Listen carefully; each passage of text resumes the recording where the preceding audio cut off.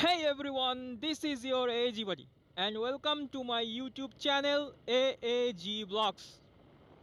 বন্ধুরা, আজকে যে বিষয়টা নিয়ে আমি আপনাদের সামনে এসেছি সেটা খুবই ইন্টারেস্টিং একটা বিষয়। যে বিষয়টা প্রত্যেকটা বাইকার এবং প্রত্যেকটা বাইকার প্রেমিক যারা আছেন তাদের সবারই কমন একটি প্রশ্ন।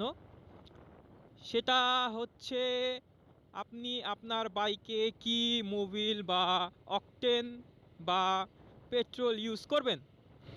বন্ধুরা, যখন প্রথম বাইক কেনা হয়, যেমন আমার এটি একটি কমন প্রশ্ন ছিল যে বাইক কেনার পরে আমি কি ইউজ করব বাইকে, পেট্রোল নাকি অকটেন। বন্ধু, এই প্রশ্নটা প্রায় প্রত্যেকটা বাংলাদেশি বাইকারেরই প্রায় 90%-এর বেশি এই একই রকমের কোশ্চিন থাকে, যেটা আমারও ছিল। সো বন্ধুরা, এই বিষয়টা নিয়েই আজকের এই ভিডিওটি, যে আপনারা আপনাদের বাইকে কি ফুয়েল ইউজ করবেন। সো বন্ধুরা, দেরি না করে লেটস স্টার্ট আওয়ার ভিডিও।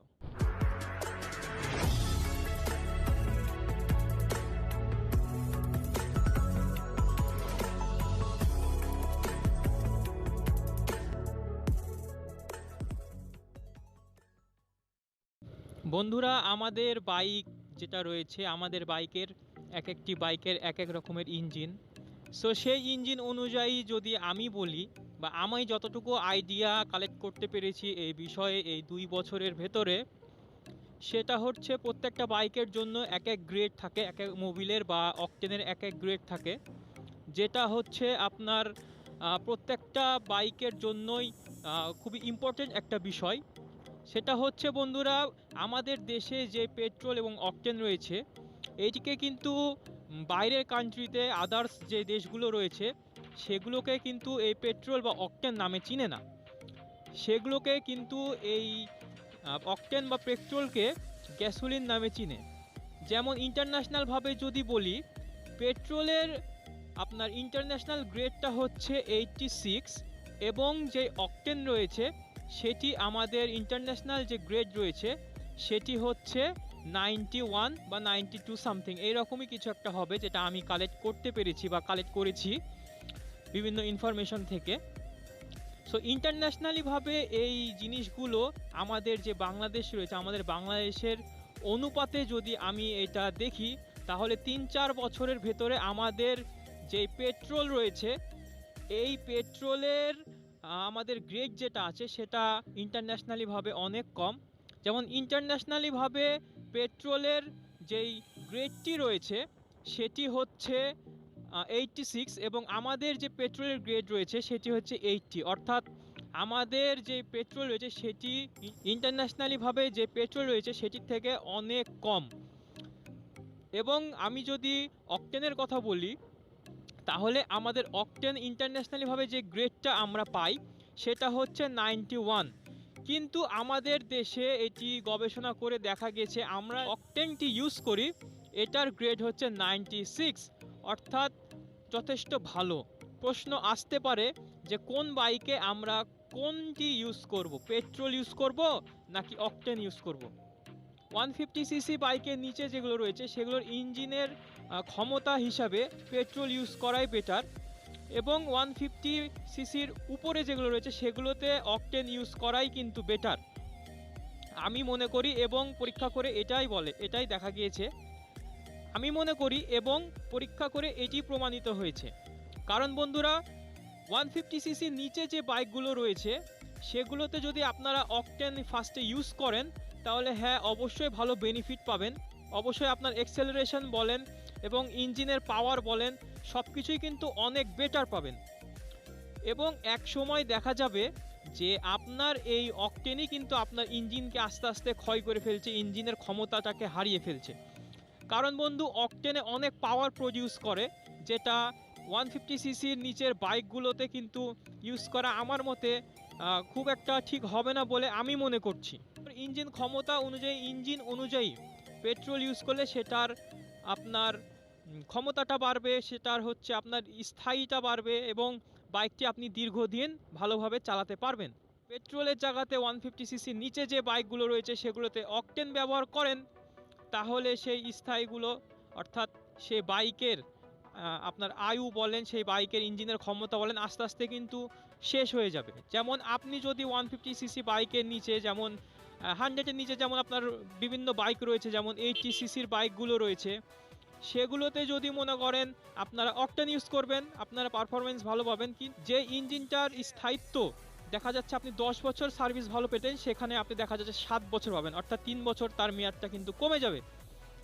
সেজন্যই বন্ধুরা আমি মনে করি যে 150-র নিচে যেগুলো রয়েছে সেগুলোতে আপনার আপনার পেট্রোল ইউজ করলেই ভালো, পেট্রোল ইউজ করলেই বেটার।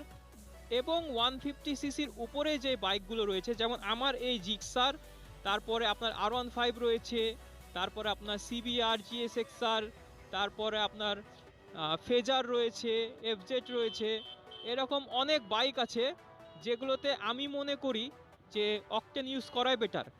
কারণ এগুলোর ইঞ্জিন যেরকম সেই অনুযায়ী প্রত্যেকটা 150 সিসির বাইকের যখন ক্রয় করা হয়, কেনা হয়, তখন দেখবেন বাইকের একটি বুক দেওয়া হয়, যে বইটা রয়েছে, যে বইটা আপনাদেরকে দেওয়া হয়, সেইখানে দেখবেন সুন্দরভাবে স্পষ্ট করে লেখা থাকে প্লিজ ইউজ অকটেন অনলি, বা এইরকমই টাইপের কিছু একটা কথা ওইখানে লেখা থাকে। মানে আপনার কোম্পানি জানে যে আপনার এই বাইক অকটেন দিয়ে চালালে অবশ্যই এটি ভালো পারফরমেন্স দিবে এবং এই ভালো পারফরমেন্সের সাথে আপনি বাইকের যথেষ্ট ভালো সাপোর্ট পাবেন। সেজন্যই কিন্তু আপনার ওই বইয়ে লেখা থাকে যে আপনারা অকটেন ইউজ করবেন। এবং আমি এটার সাথে একবারেই একমত বন্ধুরা, যে 150 সিসি বাইক যেগুলো রয়েছে সেগুলোর ওপরে আপনারা অকটেন ইউজ করবেন। আমার জানা মতে আমি এই 2.5 বছর বয়সে আমার এই বাইকে আমি যথেষ্ট পরিমাণে সাপোর্ট পাচ্ছি, এবং আমি প্রথম থেকেই আমি আমার এই বাইকে অকটেন ইউজ করে থাকি। বন্ধুরা, আমি যেমন আমার বাইকে প্রথম থেকে অকটেন ইউজ করি, এরকম অনেককেই আমি জিজ্ঞাসা করেছিলাম যে আমি আমার বাইকে কি ইউজ করব। অনেকেই আমাকে পরামর্শ দেয় যে তুমি তোমার বাইকে পেট্রোল ইউজ করতে পারো, আবার অনেকেই বলে তুমি তোমার বাইকে অকটেন ইউজ করতে পারো। আবার আরেকটি কথা হচ্ছে অনেক বলে থাকে যে পেট্রোল এবং অকটেন দুটি মিক্সড করে চালানোর জন্য। কিন্তু বন্ধুরা, অকটেন এবং পেট্রোলের যেই গ্রেডটা রয়েছে সেটাকে যদি একসাথে আমরা মিশিয়ে চালাই, তাহলে কিন্তু বাইকের কিন্তু অনেক বড় একটি ক্ষতি হয়ে যাবে। সো বন্ধুরা, আমি মনে করি যে বাইকের ক্ষতি আমরা কেউই চাই না। সো আমি অকটেন এবং পেট্রোল এটা ইউজ করে চালানোর পক্ষপাতী না। সো বন্ধুরা, আমি যেটা ইউজ করি সেটা হচ্ছে আমি আমার বাইকে শুরু থেকেই অকটেন ইউজ করে থাকি, যার কারণে আমার বাইকটি এখন পর্যন্ত যথেষ্ট আমাকে ভালো সাপোর্ট দিচ্ছে। এবং ইন্টারনালিভাবে বাইকের এখন পর্যন্ত আমার এই 2.5 বছর বয়সে কিন্তু এখন পর্যন্ত আমি আমার এই বাইকে কোনো রকমের ইন্টারনালি কোনো কিছুই আপনার ক্ষতি পাইনি বা কোনো রকমের ইস্যু পাইনি, যার জন্যে আমার ইঞ্জিনটা খোলা দরকার।